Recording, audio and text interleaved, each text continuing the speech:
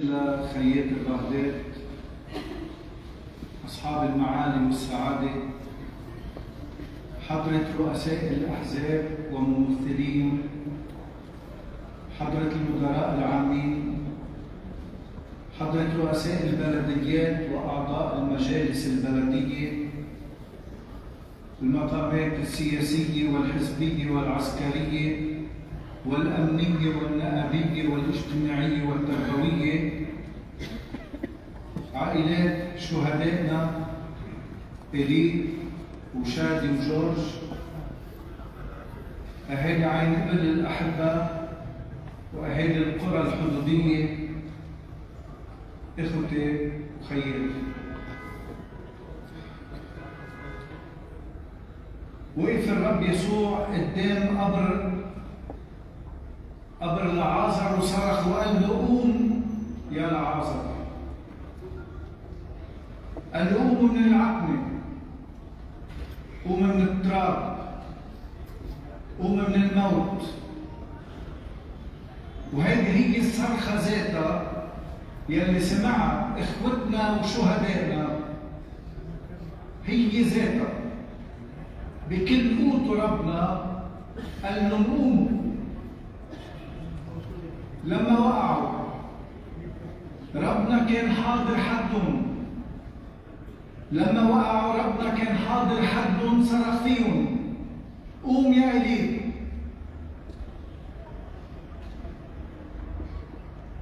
وقوم يا شادي، وقوم يا جورج.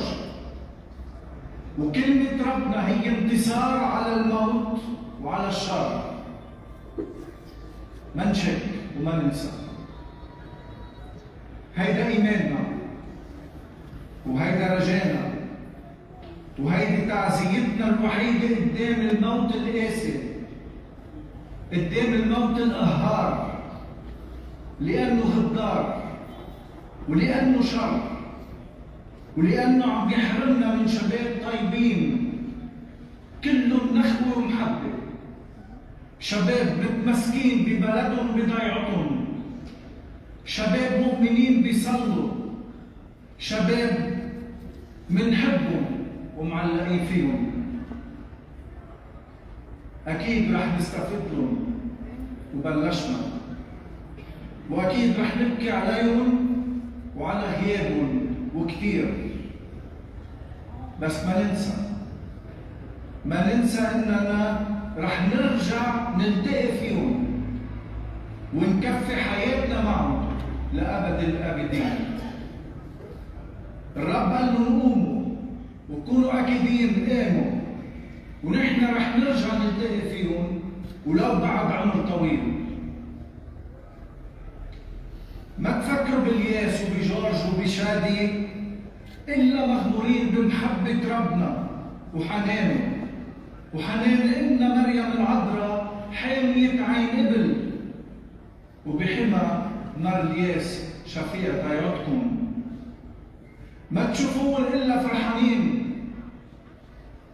ما تشوفون موتى، ما تشوفون إلا فرحانين من دون وجع ومن دون ألم.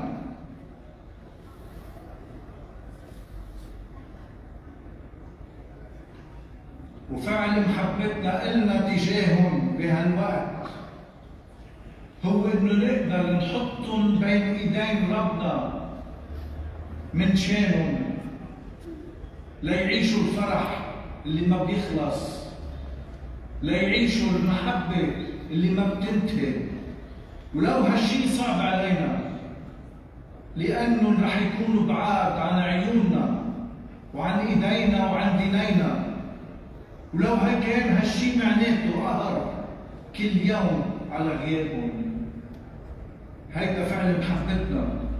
نقول لهم: روحوا وكونوا بين ايدين الرب والله الآب، مع انه في وجع وفي قهر.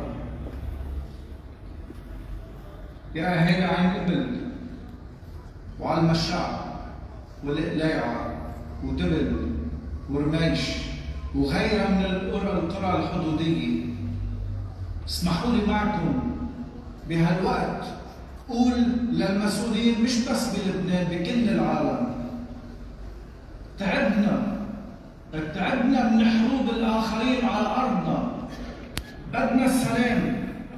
بدنا السلام، سمعون، بدنا السلام بكفينا دموع ووجع. نحن متمسكين بكل ضياعنا، وما في حدا رح يمنعنا نرجع ونكفي حياتنا على أرضنا وببيوتنا وبكرامتنا. نحن بنمد ايدنا لكل لبناني ولبنانية شريف بهمهم بنيان لبنان وازدهاره وبنيان الإنسان اللي فيه، بعيد عن كل تعصب وعن كل تسلط. نحن مش منزويين ولا منعزلين، نحن مادين ايدينا للكل مشان الإنسان بلبنان ومشان لبنان. نحن بنريد لبنان وطن واحد وغير معصم لدويلات، لا دويلات دينية أو لا حزبية ولا ثقافية. نحن بدنا لبنان بلد حر ومش تابع لحدا. بدنا نقول للمسؤولين بهالعالم يسمعونا على القليل بهالوقت. يا أهل عين إبل ويا أهل قرانا الحدودية، نيالكم لأنكم عايشين على أرض مقدسة زار وحب ربنا يسوع المسيح. نيالكم لأن الرب اختاركم لتكونوا علامات على محبته لكل إنسان من خلال علاقات الأخوة والتضامن والتعاون والاحترام يلي بتجمعكم مع كل محيطكم. وأنا بعرف أهالي عين إبل من زمان وهن بيطالبوا من شان خير المحيط تبعهم مش مشان خير وحدهم.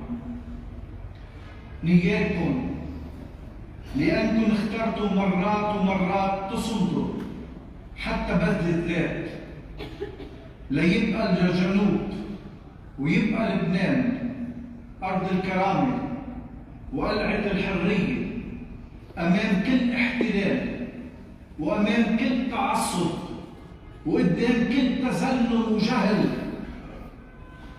قدمتوا حالكم وعم بتقدموا حالكم كل يوم لحتى يبقى لبنان بيت الإنسان ووطن المحبة. اخوتي وخياتي، منصلي مع بعضنا بهالوقت على نية حكامنا لربنا يعطيهم الحكمة والشجاعة. منصلي على نية شعبنا وخصوصا على نية أهلنا لربنا يحميهم من الشر ومن الأشرار. ومنصلي على نية شهدائنا الثلاثة، هالشباب الطيب، هالشباب اللي ما رح تنتسب، هالشباب اللي اخذ مطرح كبير بقلبنا. منصلي على نية شهدائنا لتكون لهم الحياة الأبدية. منصلي على نية عائلتهم، العيال المحزونة متألمة الموجوعة اللي عم تبكي كتير على غيابهم.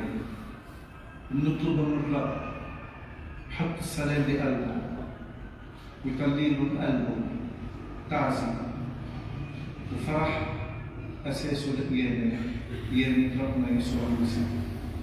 المسيح قال نؤمن